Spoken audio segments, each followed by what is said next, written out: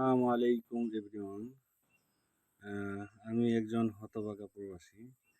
আসলে আহ, যারা আপনারা আমার এই ভিডিওটা দেখবেন তাদের কাছে রিকোয়েস্ট, প্লিজ একটু শেয়ার করে দিয়েন, লাইক কমেন্টস দিয়েন। তো আসলে আপনারা যারা ভাবতেছেন যে প্রবাস জীবন খুব সুখের এবং কি খুব আনন্দদায়ক, আসলেই সেটা ভিন্ন। আমি এই জন্যই এই কথাটা বলতেছি। ভাই, বাংলাদেশে থাকে বাপ মা, ভাই বোন, আত্মীয় স্বজন মিলে আপনার যেটুক আছে এটুক ভাই কাজ করে খান। প্রবাস আসার কোনো দরকার নেই ভাই। প্রবাস জীবনটা খুবই কষ্টের ভাই। ভাই বিশ্বাস করবেন না, সে সকাল 7টা থেকে ডিউটি শুরু হয়, রাত 9টা পর্যন্ত ডিউটি করি ভাই। আবার যাই পাক করা লাগে, পাক শাক করে রাত 12টার দিকে ঘুমাই, আবার 6টার দিকে ওঠা লাগে। ভাই এই জীবনটা বড়ই কষ্টের ভাই। আমরা বহু কষ্টে থাকি, কিন্তু আসলে বাস্তবতা হলো বড় কঠিন। যখনই আমাদের ফ্যামিলির কেউ আত্মীয় স্বজন, বাপ মা, বউ, বাচ্চা ফোনে কথা বলে জিজ্ঞাসা করে তুমি কেমন আছো, ভাই বলা লাগে ভালো আছে, এটা বাস্তবতা।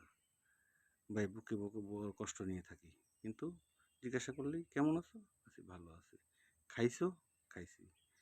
ভাই আমরা যারা বাঙালি বা বাংলাদেশে থাকতাম, বাপ মায়ের আন্ডারে সকালে নাস্তা, দুপুরে খাবার, রাতে খাবার।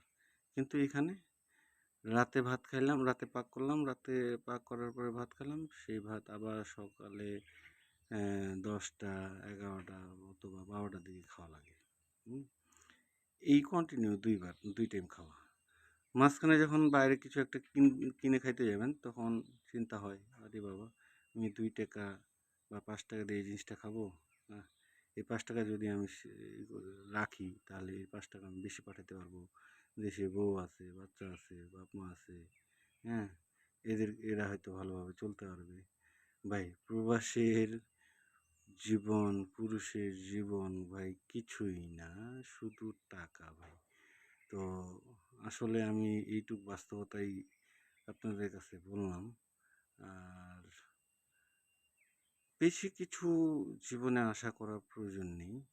আপনি পারতপক্ষে দেশে যদি ডাল ভাত, লবণ ভাত খেয়ে দিয়ে 2 4 10,000, 12,000, 15,000 এইটুকু ইনকাম করতে পারেন, আর বাচ্চা আপনার যারা বিবাহিত বাচ্চা কাচ্চা মানুষ করতে পারেন, আলহামদুলিল্লাহ, আল্লাহর কাছে লাখো শুকরিয়া আদায় করেন।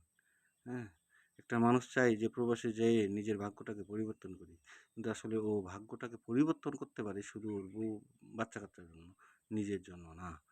নিজে হয়তো 2 4 5 বছর 10 বছর থাকে, যখন দেশে গেল কিছুই থাকে না, আর কিছুই থাকে না। তো ভাই ভিডিওটা এই জন্যই আমি করলাম যে আপনারা দেখে একটু মনে করবেন যে আসলে আমি প্রবাসের বাস্তবতাটা কোনোভাবে আপনাদের কাছে তুলে ধরলাম। তো ঠিক আছে, আপনারা ভালো থাকেন, আমার জন্য দোয়া রাখেন। আমি একজন প্রবাসী। হ্যাঁ, আমার জীবনে আমি এটুকু আশা করি আপনাদের কাছ থেকে দোয়া রাখেন। আসসালামু আলাইকুম